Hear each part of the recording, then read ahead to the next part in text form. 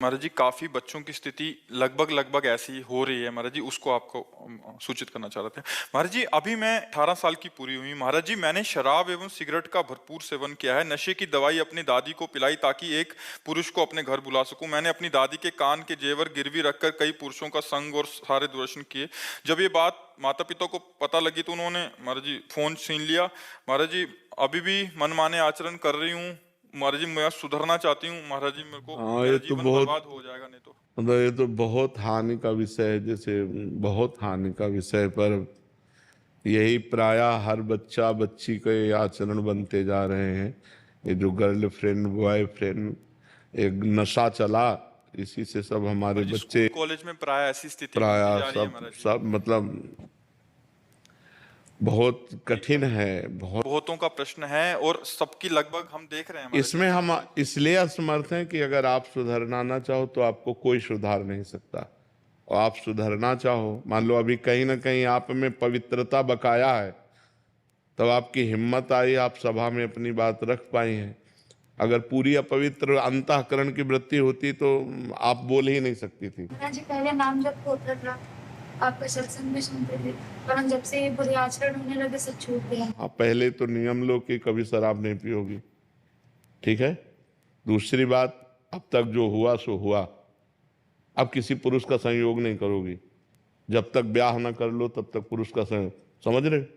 हमारी पहली बात, शराब नहीं पियोगी। सिगरेट भी शराब सिगरेट जो भी ये व्यसन है, मतलब जो व्यसन है उनको, मतलब शराब का तात्पर्य है ड्रग्स है, हुक्का है, सिगरेट है, जो भी व्यसन है वो व्यसन नहीं करोगी। हमारी बात मान लेना। और अब पुरुष का संयोग नहीं करोगी जब तक ब्याह न हो जाए किसी भी पुरुष का। बड़ी व्याकुलता चढ़े तो उपवास कर लो, 1-2 दिन भोजन नहीं पाओगी, बुद्धि ठीक हो जाएगी। ये उपवास काम पर विजय प्राप्त करने के लिए काफी सहयोग देता है। और नाम जप। और तीसरी बात, जो भी आपका जीवन बैक का रहा उसे मिट्टी डालो। अब आगे अच्छा जीवन व्यतीत करो। अभी नए बच्चे हो, सुधार कर लो अपना, ठीक है। महाराज माता पिता पुरानी बातों को लेकर टॉन्ट करते हैं तो सह लो, उससे पाप नष्ट हो जाएंगे। चुप हो जाओ।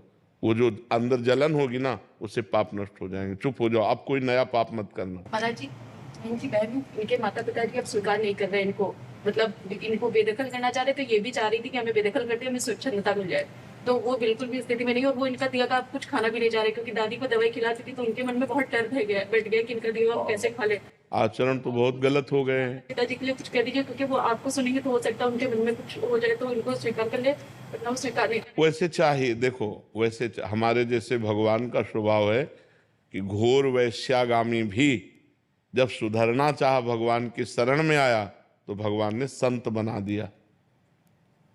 अगर हर जीव को चांस मिलना चाहिए। अब जैसे वो बच्चा है, उसे गलती हो गई, माना बहुत गलती हो गई, बड़ी गलती हो गई, लेकिन वो सुधरना चाहता है, तो माता पिता को चाहिए कि प्यार दुलार से अब संभाल दें।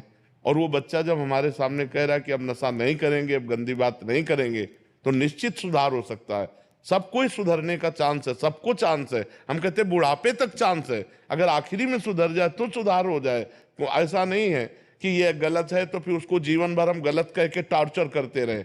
नहीं, गलती हो गई, अब उसका सुधार हो जाना चाहिए, और वो सुधरना चाहती है तो उसे चांस देना चाहिए। माता पिता को, बहन भाइयों को चाहिए कि चांस देना चाहिए। अच्छा, बेदखल कर दो, अब वो गंदी बातों में और गिरती चली जाए तो उसका जीवन नष्ट हो जाएगा। माता पिता यद्यपि गलती की है, दंडनीय गलती की है, पर अब उसको क्षमा करके उसको दुलार देते हुए आगे बढ़ाओ।